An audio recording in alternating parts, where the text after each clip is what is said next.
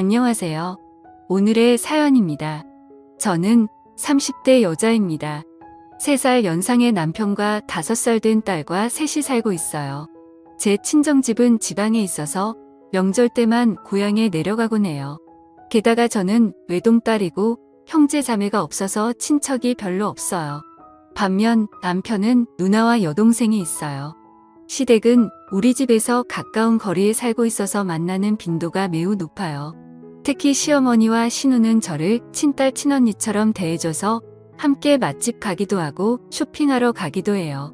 시어머니의 나이는 60대인데 일하셔서 그런지 젊고 센스도 좋으세요. 그래서 대화를 하는 게 매우 즐거워요.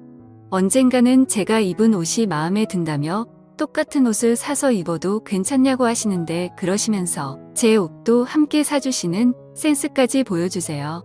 저도 이렇게 예쁘게 늙어가고 싶다는 생각이 들게 하세요. 전업주부인 형님은 자녀가 3명이에요. 육아 상담도 해주고 안 입는 아이 옷이나 안 쓰는 장난감 등을 가져다 주기도 하는 등 정말 든든한 존재예요. 항상 제게 어려운 일이 있으면 언제든 말해달라고 하시는데 이 두 사람이 있어서 저는 이 시댁에 잘 적응할 수 있었다고 생각해요. 다만 시댁 식구 중 시아버지와 아가씨는 저와 교류가 별로 없어요. 시아버지는 일만 하셔서 집에 있는 시간이 적고 만날 기회도 거의 없어요. 아가씨는 독신으로 시댁에 살고 있지만 자주 외출해서 집에 없는 경우가 많아 거의 만나지 못해요. 형님도 자신의 여동생이지만 보통 무슨 생각으로 사는 건지 옛날부터 잘 모르겠다고 말할 정도이니 쉽게 친해지기 어려울 것 같아요. 하지만 인연을 맺었으니 언젠가는 사이좋게 지낼 수 있었으면 좋겠다는 생각을 했어요. 하지만 시아버지와 아가씨와의 사이는 나아지기는커녕 악화되는 방향으로 진행됐어요. 시아버지는 정년퇴직 시기가 돼서 퇴직하셨어요. 일만 하시던 시아버지가 앞으로 무엇을 하실지 궁금했는데 아마도 시어머니의 곁을 떠나지 않을 것 같았어요. 곁을 떠나지 않는다는 게 무슨 말이냐면 시어머니를 항상 자신의 감시하에 두겠다는 말이에요. 아침에도 시어머니와 같은 시간에 일어나 아침을 준비하는 걸 지켜보고 청소나 빨래 등도 일일이 시어머니를 따라다니며 지켜본다고 했어요. 특별히 간섭하는 건 아니지만 계속 따라다니니까 집안 일하기 힘들다고 했어요. 그리고 시아버지는 매일 시어머니의 직장까지 함께 가서 퇴근 시간에 꼭 데리러 온다고도 했고요. 시어머니에게는 퇴근길에 잠깐 카페에 들리는 게 기분 전환의 한 방법이었는데 시아버지가 데리러 오니까 그런 여유도 가질 수 없었다고 해요. 시어머니가 시아버지의 감시에서 벗어날 수 있는 시간은 일하러 갈 때뿐이라는 참으로 갑갑한 일상이 되어버린 거죠. 시어머니는 시아버지에게 어디 놀러라도 좀 다니라고 은근슬쩍 시아버지를 혼자 어딘가로 보내려고 했지만 시아버지의 대답은 노였어요. 딱히 혼자 가고 싶은 곳이 없다며 거절하신 거죠. 저와 형님은 그 상황을 듣고 어떻게든 시어머니를 시아버지에게서 떼어놓을 수 없을까 고민했어요. 우선 시어머니만 점심에 초대했는데 약속 장소에 시아버지도 함께 오셨어요. 여자끼리의 모임이었는데 시아버지가 계시니 하고 싶은 이야기 반도 하지 못한 채 점심을 마쳤어요. 식사를 마치자마자 바로 돌아가는 부모님. 그 뒷모습을 보면서 형님과 어떻게든 시어머니를 자유롭게 해주고 싶다는 생각이 들었어요. 시어머니가 출근하지 않는 날이 시어머니에게 가장 힘든 날이 된 거죠. 시아버지는 시어머니를 감시하고 있지만 특별히 외출은 하지 않는 것 같았어요. 형님이 시아버지에게 시어머니도 자유시간이 필요하다고 항의했는데 시아버지가 이렇게 말했어요. 자유시간?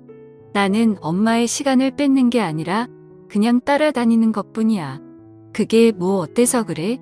엄마의 자유는 어떻게 하죠? 여자들끼리의 식사 모임까지 따라다니는 건 정말 이해할 수 없는데 말이에요. 엄마는 퇴근길에 카페에서 여유롭게 시간을 보내는 걸 좋아하시는데 그마저도 못하게 하시는 건 엄마를 괴롭히는 거나 마찬가지라고요. 이건 나랑 엄마의 문제야. 너는 아무 상관없는 일이니까 끼지 말고 있어. 시아버지는 그렇게 말하고는 자기 방으로 돌아갔다고 해요. 시아버지의 스토커 같은 행동 어떻게 하면 해결할 수 있을까? 시아버지가 시어머니를 따라다니기 시작한 지 3개월이 지났어요. 그리고 최근 들어 시어머니의 건강이 나빠지는 것 같았어요. 시어머니는 그동안 감기 한 번 걸리지 않으시는 분이셨거든요. 그런데 시어머니를 만나러 가면 왠지 모르게 기운이 없어 보였어요. 게다가 안색도 매우 안 좋아 보였어요. 어머님 몸이 안 좋으시면 제가 집안일 도와드릴게요.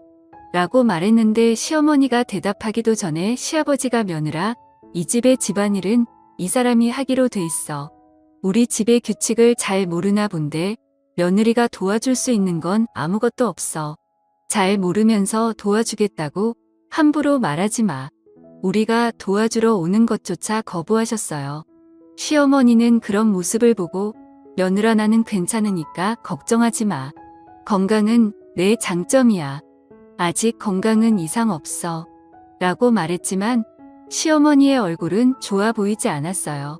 시어머니의 건강이 걱정돼서 시간 내서 시댁에 자주 찾아뵙고 했어요. 그러던 어느 날 시어머니는 누가 봐도 병원에 데려가야 할 정도로 몸이 많이 쇠약해졌어요. 대화도 할 수 없을 정도로 시어머니는 고통스러운 표정으로 얕은 호흡을 반복했어요. 이건 당장 병원에 가야 한다고 생각했고 저는 즉시 구급차를 불렀어요. 10분 정도 후에 구급차가 도착했어요. 그런데 시아버지가 구급대원들을 돌려보내려고 하는 거예요. 우리 집에는 아픈 사람이 없다며 빨리 돌아가라고 구급대원들을 다그치는 거죠. 저는 시아버지가 도대체 왜 이러는 거지? 이렇게 고통스러워하는 시어머니가 있는데 저는 시아버지를 무시하고 구급대원들에게 시어머니를 이송해달라고 부탁했어요. 시아버지는 끝까지 병원은 무슨 병원이냐며 소리를 치셔서 제가 구급차에 동승했어요. 병원에 도착하자마자 남편에게 연락했어요. 남편은 형님과 아가씨에게 연락을 했고요. 형님은 곧장 병원으로 오겠다고 했다는데 아가씨는 연락이 되지 않는다고 했어요. 구급차에 실려갔다는 메시지를 봤으면 연락 한 통이라도 하는 게 정상이라고 생각하는데 말이죠. 제가 아가씨에 대해 이상하게 느끼고 있을 때 남편과 형님이 병원에 도착했어요. 시어머니는 곧장 수술실로 들어갔어요.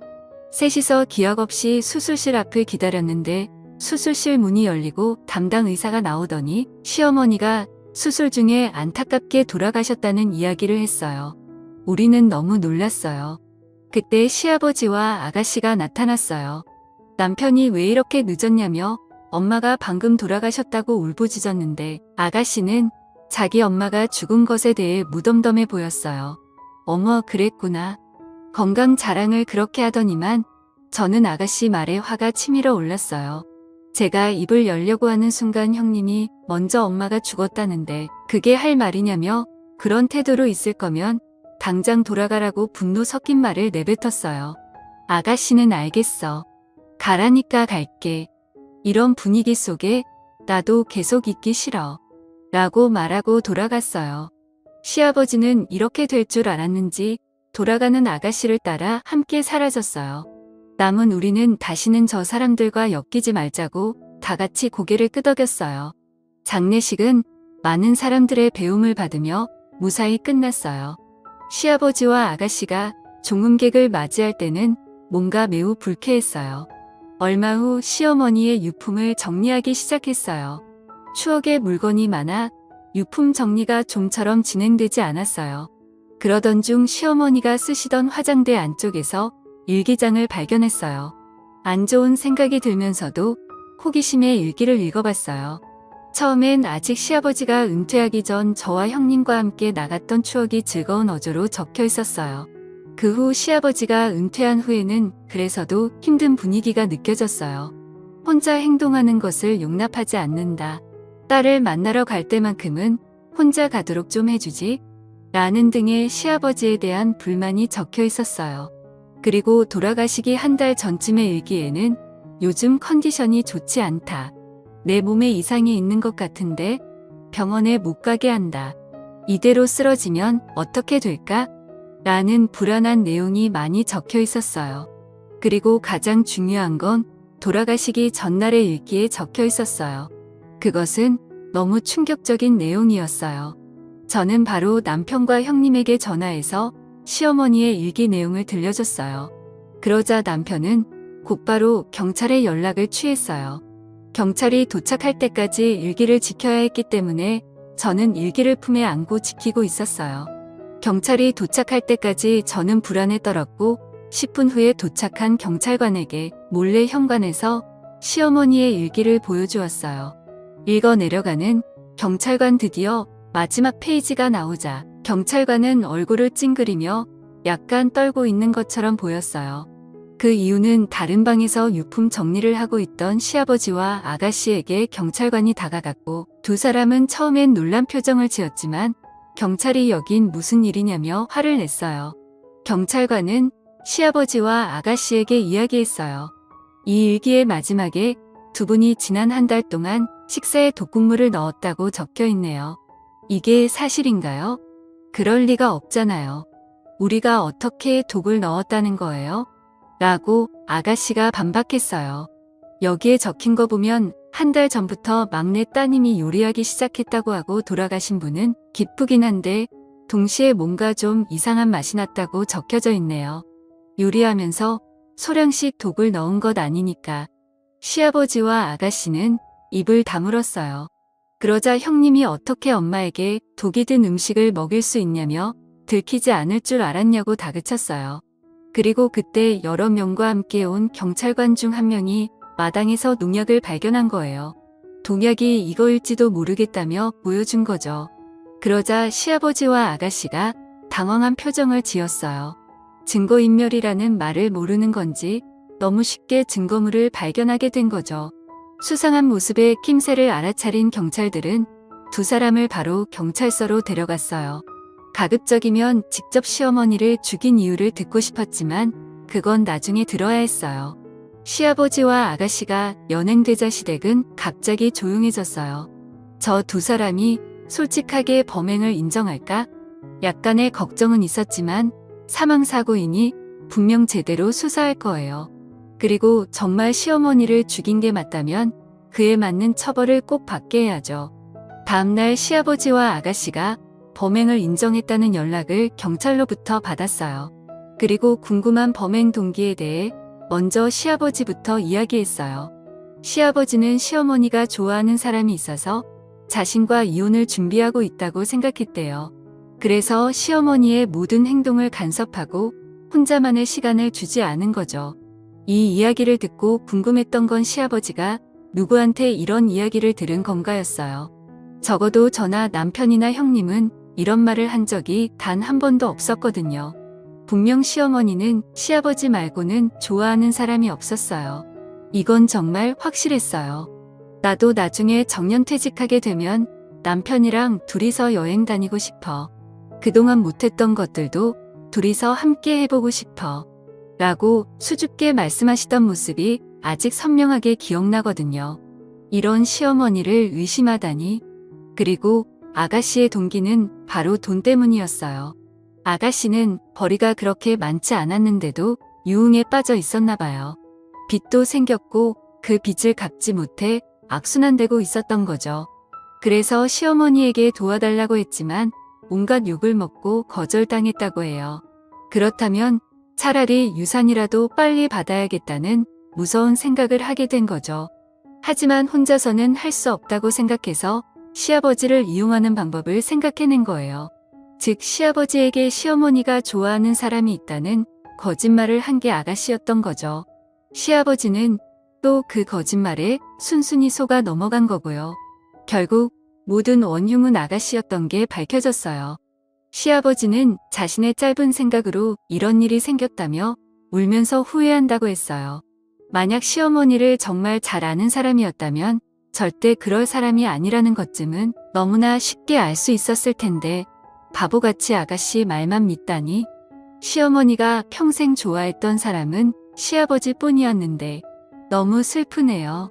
아가씨는 돈 때문에 아버지까지 이용했다는 점에서 더 죄가 무겁다고 해요. 사람의 마음을 이용한 건 결코 가벼운 일로 넘길 수 없으니까요. 반면에 저희는 시어머니의 유산을 보고 깜짝 놀랐어요. 놀랍게도 시어머니는 재테크를 엄청 잘하시는 분이셨어요. 주식 계좌에서 한 번도 본 적도 없는 큰 금액이 발견된 거죠. 어쩌면 동거하던 아가씨가 이 사실을 알고 시아버지를 속여 시어머니를 부인이 되게 한 것일지도 몰라요. 돈이 없으면 살 수 없지만 돈이 너무 많으면 주위의 시선 때문에 살기 힘든 걸 보여주는 것인지도 모르겠어요. 앞으로 아가씨 같은 사람과 엮이지 않고 좋은 사람들과의 인연을 유지하며 가늘고 길게 오래오래 살고 싶네요. 시청해주셔서 감사합니다. 그럼 다음 영상에서 다시 뵙겠습니다.